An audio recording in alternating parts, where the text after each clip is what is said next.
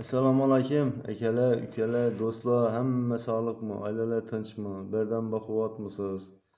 Musofirda yurgan aka-ukalar, sizlar zo'rmi? Sog' salomat bo'ling. Parvoz aka-ukalar, sizlar zo'rmi? Xo'rozlar zo'rmi? Jonlimi? Zo'r bo'laversin, eng zo'ri bo'lib yursin aka-ukalar.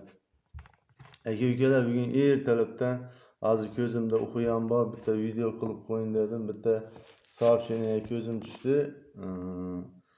Farhod aka, sizni maslahatlaringiz bilan judayam zo'r bo'lib turibdi, foydangiz judayam tegib turibdi degan bir ma'noda. Endi shu bunaqa soобщениyalar ko'p keladi. Endi shu haqida bir fikrimni bildirib qo'yacakman-da. Aka-ukalar. Endi shu minnatdorchilik kommentariyalar uchun katta rahmat aka-ukalar. Ko'p keladi minnatdorchilik kommentariyalar. Bu haqida ko'p ham gapirmayman. Bular uchun katta rahmat, shu e'tiboringiz uchun katta rahmat aka-ukalar. Endi bu yerda yana bitta narsa bor-da, mavzu boshqa narsa haqida gaplashmoqchiman. Bu yerda endi yurtdoshlarimiz tomonidan shu maslahatlarimiz shu 100% amal qilib turgan aka-ukalarimiz bor-da, 50% amal qilib turgan aka-ukalarimiz bor.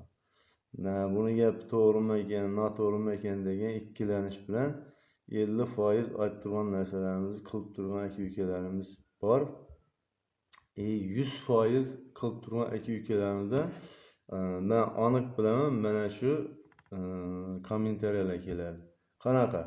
Masalan, Farhod aka, tavsiyalaringiz judayam foydasi tegib turibdi degan aka-ukalar. Endi bu negativlarga ham bu o'zini o'zi maqtanishga kirmasin, lekin men boshqa narsani aytmoqchiman bu yerda aka-ukalar. Men endi foydasi tegib turgan sababi bu, men 6-7 yoshimni, 8 endi to'shni bilmayman, lekin shu 6-8 yoshimdan shu dekanga qiziqib xo'roz boqaman.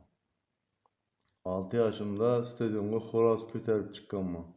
Endi u paytlari bizada sayllar bo'lardi, stadionda xo'roz urishtirish, qo'chqor urishtirish, it urishtirish, kurash degan narsalar bo'lar edi. Masalan, davlat tomonidan sovg'alar berilgan. 1-chi, 2-chi, 3-chi o'rinlarga. Xullas kalomda shu esimda qolganda meni. Shuning uchun men gapirganimda 40 yillik stajim bor deyman. Men masalan 50 yoshimga kirgan bo'lsam, shunda 40 yillikdan ham ko'p bo'ladi. Bu xo'rozga qiziqib nima qilib. Bu yillar ichida masalan qanchadan qancha parandalarni o'ldirib yuborganmiz. Tajribasizlik qilib, tushunmaslikdan. Shuning uchun buni yillar davomida masalan shuni qayta nima qilib, o'rganib, nima qilib, xullas 5000 lab jo'jalarni o'ldirganman vaqtimda tushunmovchilikdan. Oddiy bitta temperaturalarni noto'g'ri qo'yish natijasida. Shuning uchun nima demoqchiman aka-ukalar? Bu tavsiyalarni berib turganim sababi buni oling, qiling. Iloji bo'lsa 100% qiling. Hammasi zo'r bo'ladi. Men aytganim qiling bo'ldi.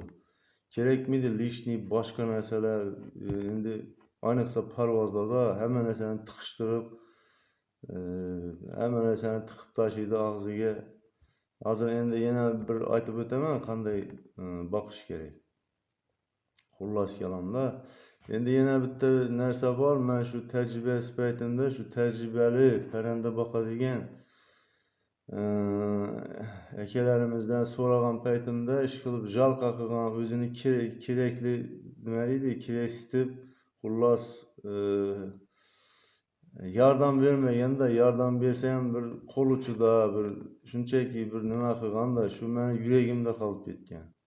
Ana shuning uchun men shularga o'xshamaslik uchun shu kimki nima qilsa, imkonim boricha shu yordam berishga harakat qilaman. Shu menga yordam bermagan odamlarga o'xshab qolmayin degan maqsadda aka-ukalar. Ana shu uchun yana bitta narsa bu yerda savob Savab deydi, mesela bendesinden qaytmasa Allah'dan qaytarır. Hemmemiz hem Müslümanmız, hemmemiz hem mesela ben Xudadan yaşırmağımı hiç kimde yaşırmayman. Şu efirde mesela hemen narsani aytaman.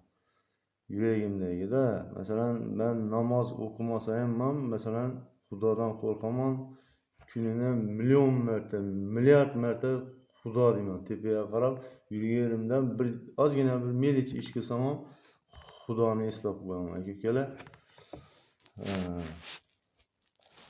Ko'p odam bunday deydi, masalan, bitta yarimta masalan aroq ichib ham to'g'ri efirga chiqdik, lekin bu degani bu boshqa narsaga aylantirib yubormaslik kerak. Xudo shukr, hozir tashladik aroqni. Endi shu paytlari ham mana oilaviy bir muammolarimiz bo'lgan. Bunga qaraganda bu aroqni ham erkak odam ichadi. Xullas kalamda aka-ukalar. Tak, parandachilikka qaytsak aka-ukalar, bu jo'jalar bo'lsin, katta parranda bo'lsin, bu vitaminlar, minerallar, makro, mikro elementlar bilan tirikda. Masalan, Telegram guruhimizni ochib qo'yibmiz, ko'p savollar tushadi. Shu bo'yni qiyshayib turibdi, nima qilish kerak? Oyog'ida yurolmayapti, o'tirib don yeyapti, qanoti osilib turibdi, pati hurpayib turibdi, va kaza, va kaza, va kaza. Aka-ukalar, bu parandachilikda 99% kasalliklar bu oziqlantirishdan kelib chiqadi. Nimaga? Sababi bu parrandani birinchidan noto'g'ri oziqlantirishda immunitet tushib ketadi. Bu immuniteti tushib ketgandan keyin bu har xil shabadaga ham bir shirillab, piqillab qolishlar. Parrandani immuniteti yuqori bo'lsa, bu har ancha-muncha kasalliklarni pisanda qilmaydi, chot yuraveradi. Bu nimani hisobidan? Bu to'g'ri oziqlantirishimiz hisobidan bo'ladi. Bu shu vitaminlar. Yana bitta narsa, bu yerda ko'p savollar bo'ladi veterinardan, u qanday vitamin berish kerak, bu berish kerak, bu berish kerak. Shart emas veterinariya. Masalan, hozir tabiatimizda to'lib yotibdi masalan vitaminlar. Bozorlarimizdan masalan ham yer vitamin. Masalan yani vitaminlar deymiz, makro, mikro elementlar deymiz. Masalan vitaminlar, masalan bir mahal sabzi bering. İlacı olsa kızıl sebze bering, siyhab. Bir mahal beda bering, chopib. Bir mahal ozgina piyoz, ozgina chesnok, oshqovoq, masalan olmalar chiqadi, ozgina olma. Shu narsalardan ratsionida har kuni aralash donlardan tashqari parrandalar yeb yursa, bu o'zi yetadi, vitamin shu. Masalan sabzida A vitamini ko'p. Masalan bedada masalan men ko'p ta'kidlaydigan makro mikro elementlar jo'jalarga, parrandalarga kerak deydigan makro mikro elementlar bedada bor aka-ukalar. Mana shu ish qilib bor. Mana shu yuqorida aytdim. Masalan undirilgan bug'doylar, masalan undirilgan mosh, undirilgan makka jo'xori, masalan bu undirilgan don masalan sal unsa bo'ldi. Bu narsalar parrandalarga o'zi vitamin bo'ladi. U veterinariya shart emas. Veterinariyadagi vitaminni qachon berishimiz kerak? Qish oylarida bu narsalar yo'q paytida bersak bo'ladi aka-ukalar. Bo'lmasa shu tabiiy vitaminlar yetadi aralashganlar. Bu vitaminlar endi makro, mikro elementlar, minerallar deb qo'yaman. Bu minerallarga nima kiradi? Parrandaga so'ndirilgan oqay, maydalangan shag'allar, o'tin kuli, bu narsalar постоянный oldinda yotsin aka-ukalar. Nimaga? Sababi bu minerallar parrandani oziqlanishida, donni surilishida, donni hazm bo'lishida, bu hamma jarayonda, parrandani o'sishida, hamma jarayonda qatnashadi bu minerallar. Bu narsalar, men aytib turgan narsalar, vitamin bo'lsin, minerallar bo'lsin, bu birdaniga bildirmaydi. Bu uzoq vaqt, masalan parrandani organizmiga vitamin A bo'ladimi, vitamin E yoki B-mi, xullas bitta vitamin bir uzoq vaqt kirmasa organizmga, bu har xil ko'rinishdagi yomon oqibatlar bilan keladi. Pərandanın nerv fəaliyyəti buzuladı. Özünü başqara almay qaladı. Xullas, gözləri kör bo'lib qolishi mumkin. Xullasda judayam yomon oqibatlar bilan keladi. Pəranda yura olmay, tumalonga yotib, bo'ynlari qiyshayib, xullas endi buni boshimdan o'tgan odam judayam yaxshi biladi. Xullas kelam, ana shu tavsiyalarimizga quloq solib, rioya qilib borsangiz, bu judayam siz uchun foydali bo'ladi aka-ukalar. Aytmoqchi bo'lgan gaplarimiz shular. Ko'p gaplar kallada bo'ladi, endi qolib ketadi. Ko'pisi video ko'rib davomida. Xullas endi hamma videoni kuzatib borsangiz, hammasi chiqaveradi aka-ukalar.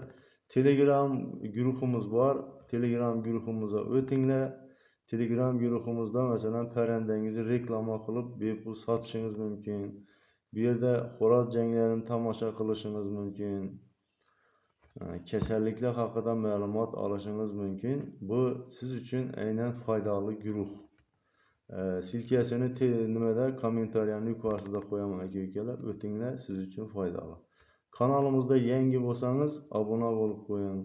Paranda boqadigan bo'lsangiz, bu albatta siz uchun kerakli kanal bo'ladi. Aka-ukalar, sog' salomat bo'lamiz. Yanagi videolarda diydor qadar uchrashguncha Allohga omonat sizlar.